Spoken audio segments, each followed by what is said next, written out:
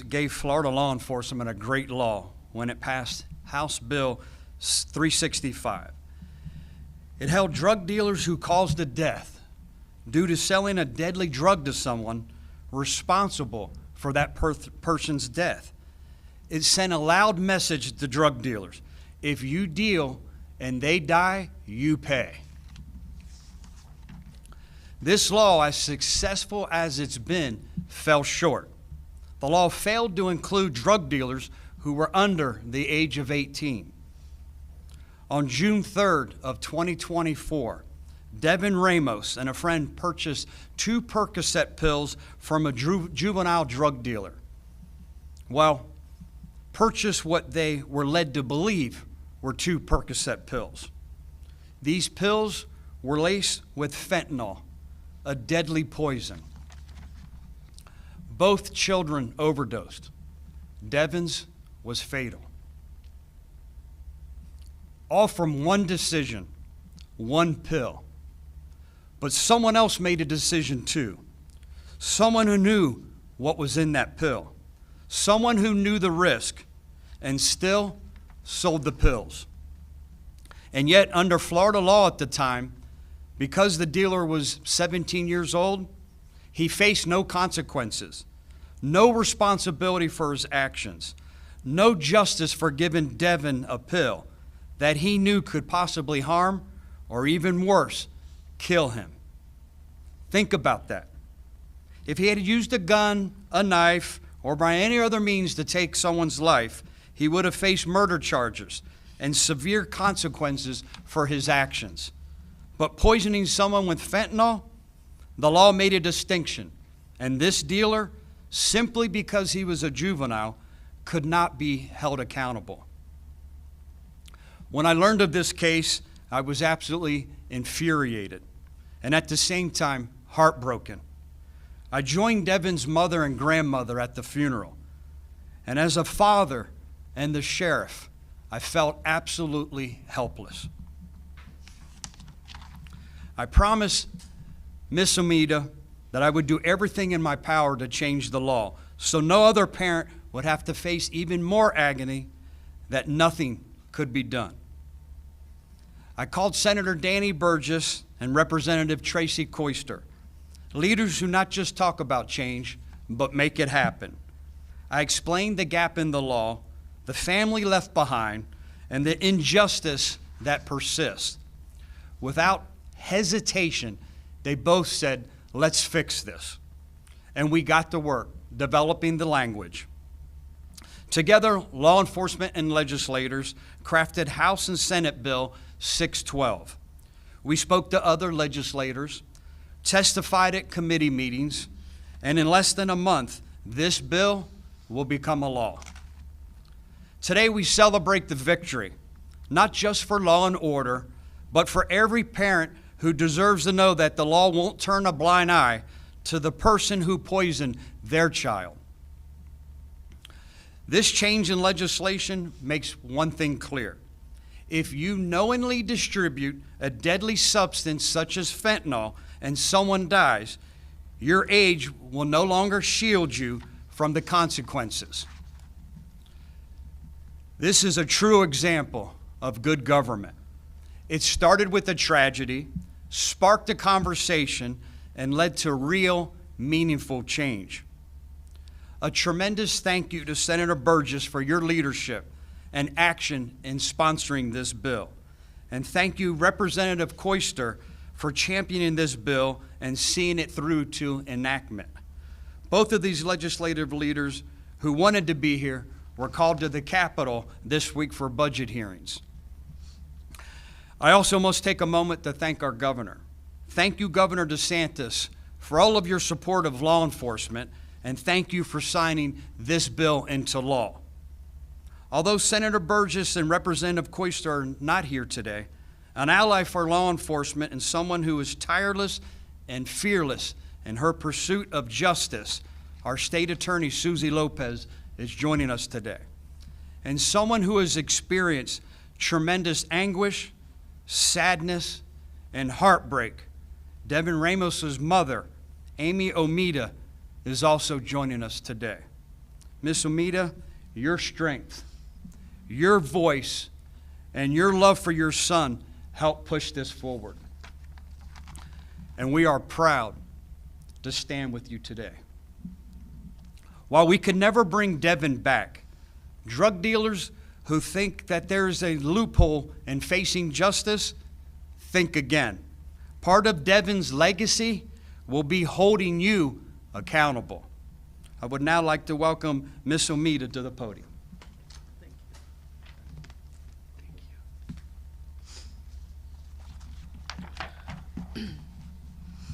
Hello. God blessed me to be the mother of Devin Ramos for 17 years till his life was cut short on June 3rd, 2024. That day was the worst day of my life.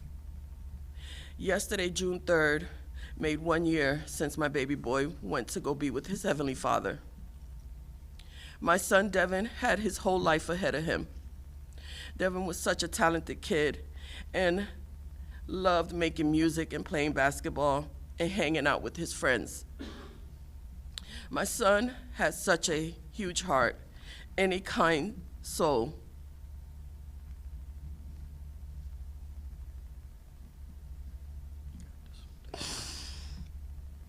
Devin was always willing to help his friends whenever they needed it.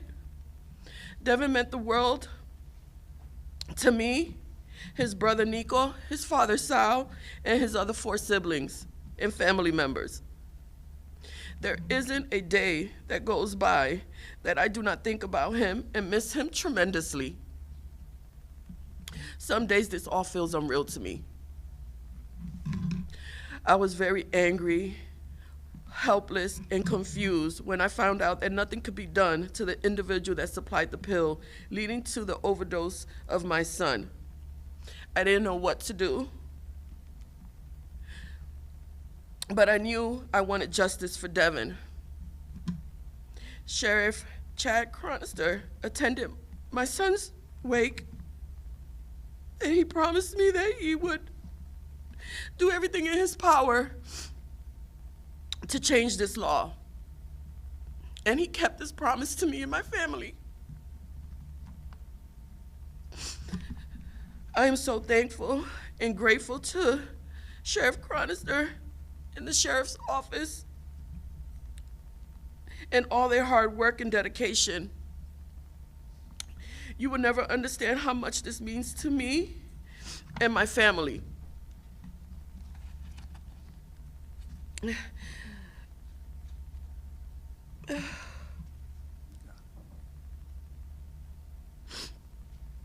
I am at peace now that my son's death is not in vain. And because of this new law, other families will get justice now. Minors will face consequences for supplying drugs with intent to harm, and in Devin's case, kill. I pray one day that as a community we come together to make a difference in this fight to get fentanyl out of our neighborhoods and away from our youth. We gotta do better for our community and our children. I don't wanna see another mother ever go through what I went through. Thank you.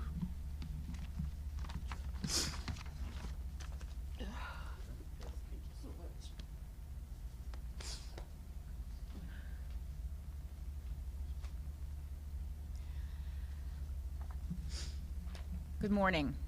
This new law is about saving lives and holding drug dealers accountable, no matter how old they are.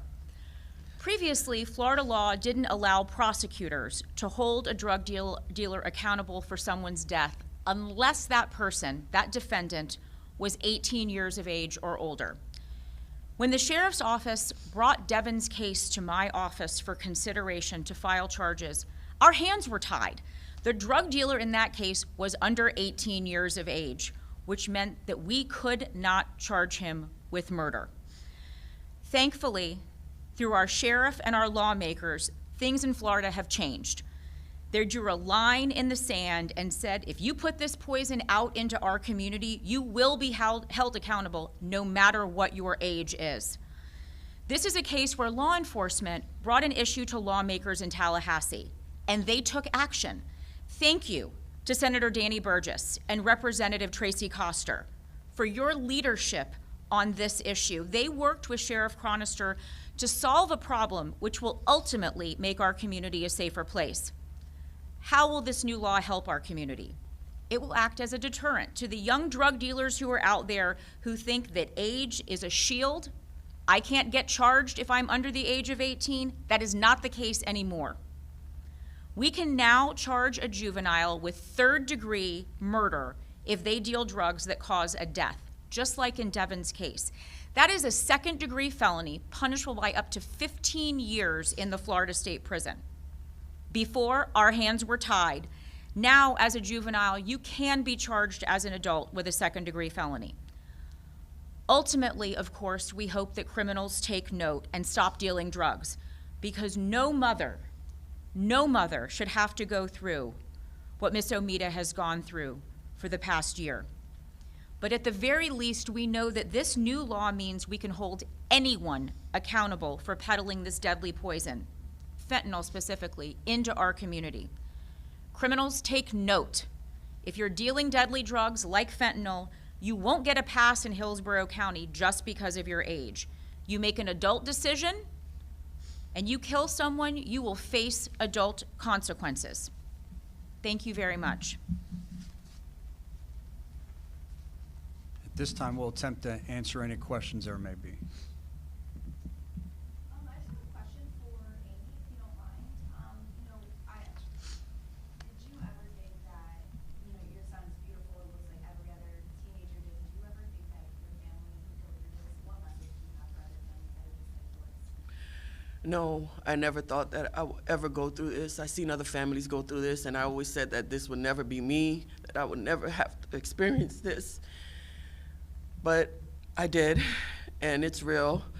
And what I want to say to other families is, get close to your kids, be nosy, get in their business, make sure they know about God, keep them close to you and keep them away from the streets, and just, have an open communication with your kids. Always have an open communication, because you never know what's going on, or what other people are doing in the streets or giving your kids. So just have an open communication with them. Any questions?